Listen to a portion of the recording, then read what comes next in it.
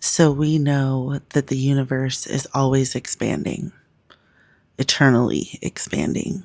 And that expansion happens through energetic ripples flowing into it and through it, making it bigger.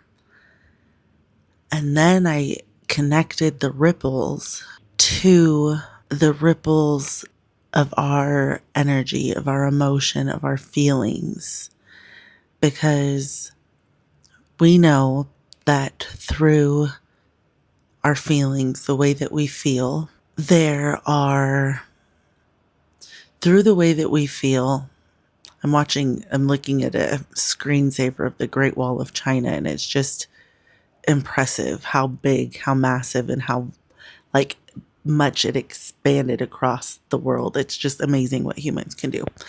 But I digress. And it's even, I guess that's even connected to what we're talking about with the universal expansion, because piece by piece, brick by brick,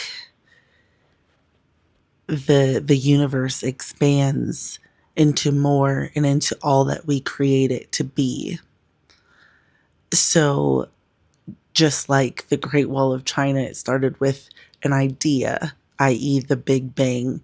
Then it is put together and created upon in these massive ways. And with every person, every experience, every feeling that's ever felt, that ripple that flows out from us into the space around us is creating that expansion. Our desires, our hopes, our fears, every time we birth a new one, it expands the universe. And as we expand, as we feel, as we grow, as we move through our life experience, the universe is growing and expanding and evolving as well.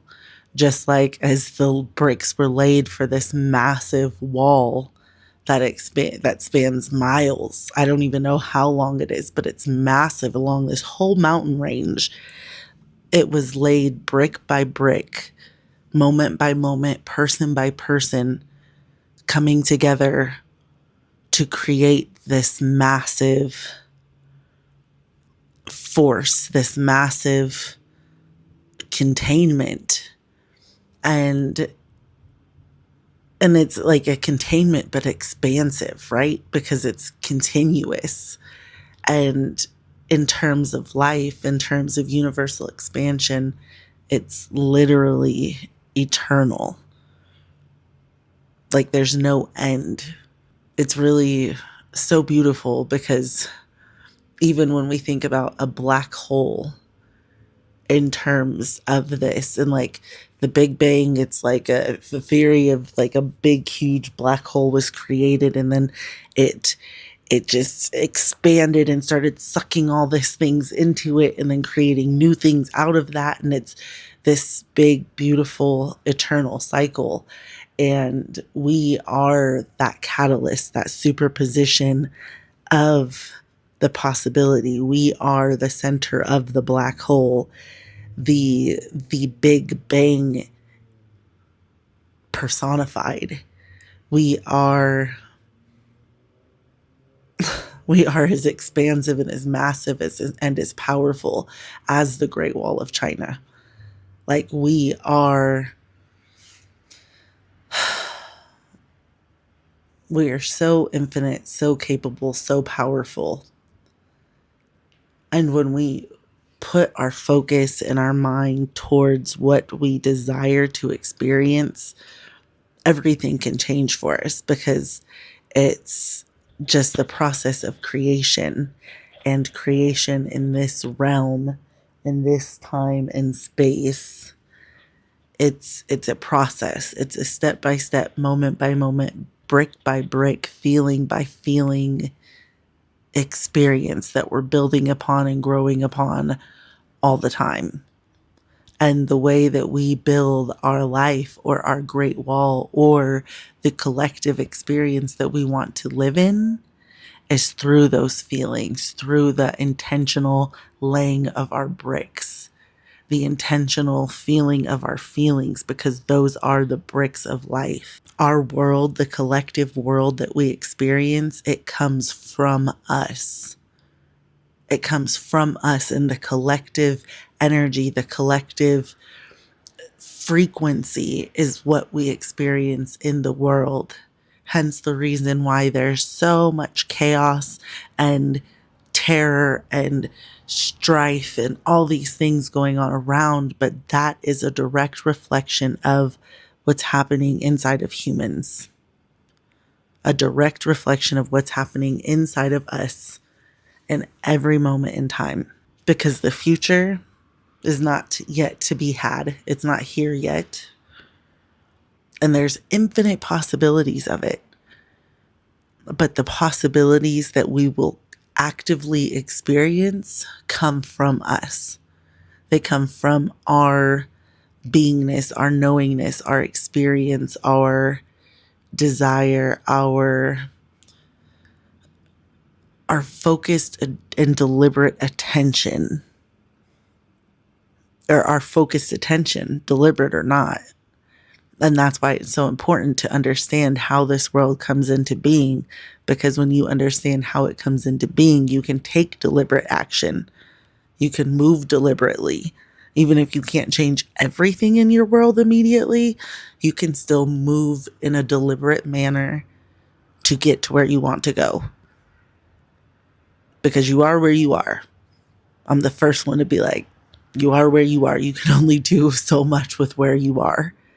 But in where you are is a powerful moment, a powerful choice, a powerful time to decide where you want to be. You can acknowledge where you are, but then decide where you want to go, what you want to experience, what you want to be your life. Because your focus, your energetic attention is the most powerful resource on the planet. That's why there's so many things fighting for your attention. I always thought that was so interesting. Like, how do these television companies get paid? How do these internet companies get paid? It's by our attention. The more attention we give, the more energy we give, the more they get paid. Because we are paying attention. Being paid attention is huge in this world. But here's the thing, with that paying of attention, be mindful of what you're investing in. Because like in investments, what is appreciated grows. So as money appreciates, it grows. So as you focus on something, you appreciate it, it grows. And that goes in any form. Doesn't matter what it is. It can be bad. It can be good. Any experience, you focus on it, you appreciate it, it will grow. So ask yourself what you're intentionally building in your life. What future are you intentionally building? And it's not that tomorrow you're going to figure it all out and your future is just going to be perfect and done and it's great. And it is done on an energetic sense, but there are still steps to take, because like that wall, you have to take steps. Step by step, you get to the next place. And the only way to cross it is by keep taking those steps. Who knows where it ends? I'm sure somebody knows where it ends now. But it's that thought of, it's so massive, it's so vast that you can't see the ending point. But it doesn't mean that there's not an ending point. Because at some point, we're going to transition out of this life. And in my opinion, that's when our ending point comes. The moment of transition, no matter what age you are, no matter how you transition, no matter what happens, your time of transition is when you are done.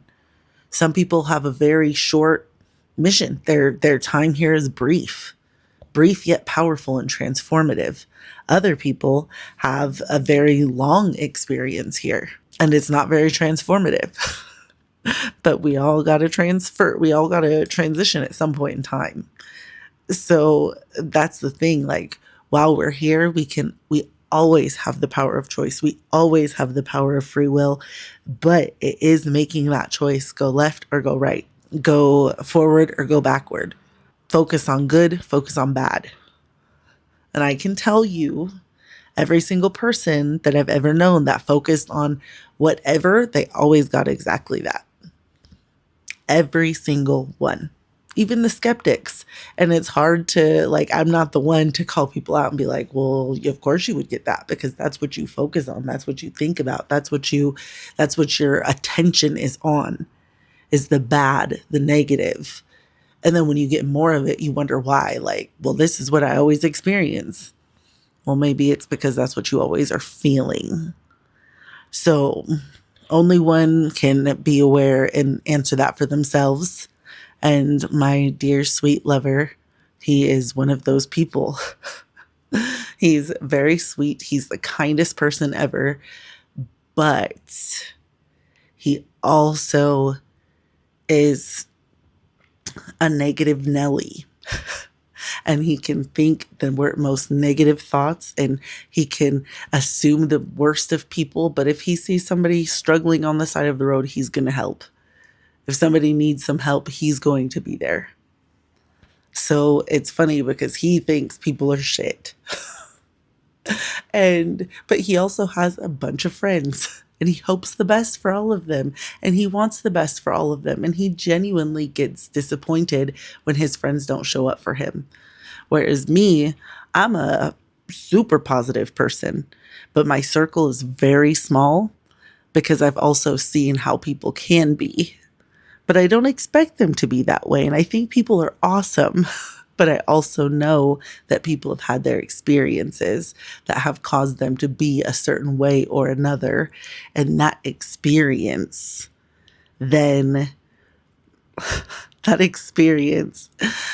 creates this interesting effect on people. Like if somebody's been hurt a lot, then they usually are frightful or fearful of others, or they don't trust others, or they assume the worst of others.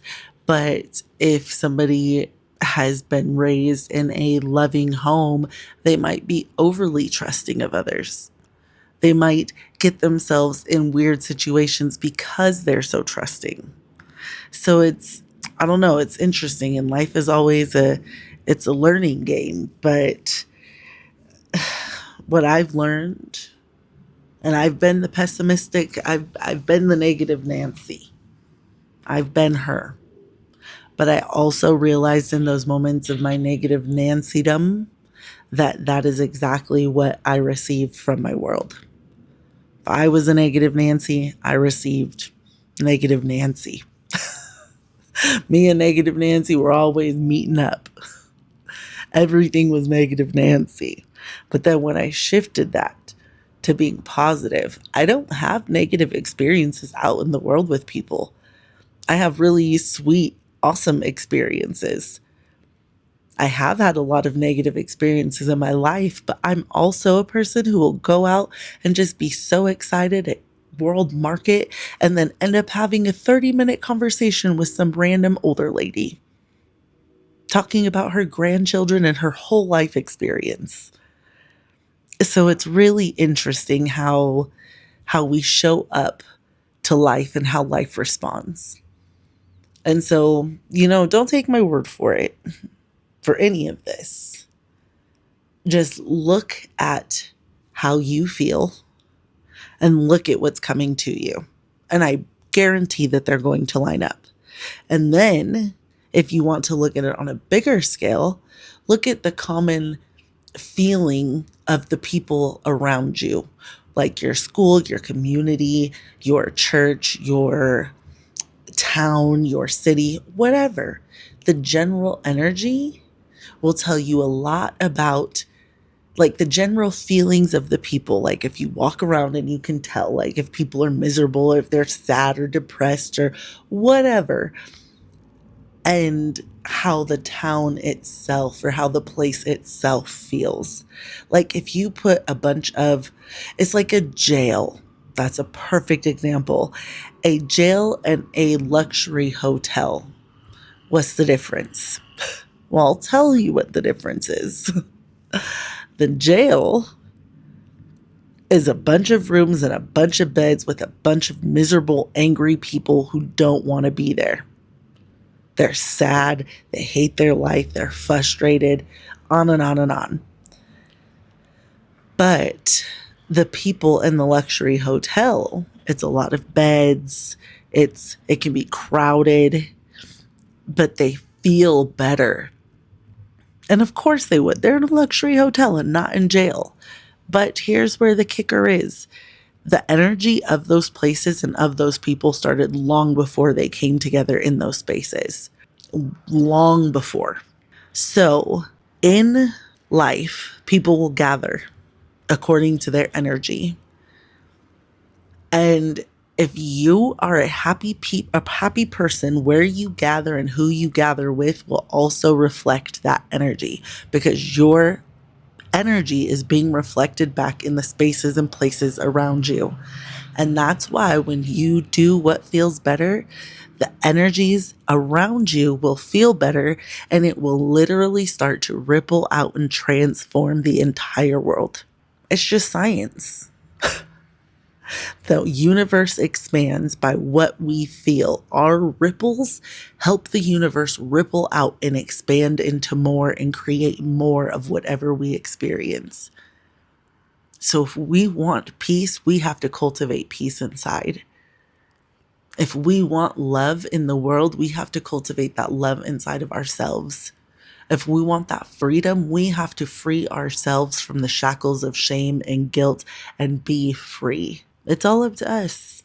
And as a person who's, been through some things, it's all about us.